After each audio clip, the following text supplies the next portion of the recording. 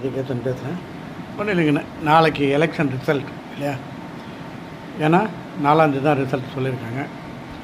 இன்னைய வரைக்கும், அதாவது ஓட்டு போடுற முன்னாள் வரைக்கும் நம்மளாம் ஃப்ரெண்டாக இருந்தோம். எலெக்ஷன் வந்தோடனே அந்தந்த கட்சின்னு சொல்லி ஒரு மாதிரி பார்க்க ஆரம்பிச்சிட்டோம்.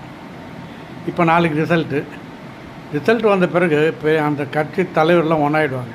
அதாவது தோற்றுட்டாலும் நெக்ஸ்ட் டைம் பார்க்கலாம், ஜெயித்தாலும் நெக்ஸ்ட் டைம் பார்க்கலாம், ஏதோ ஒன்று சொல்லுவாங்க.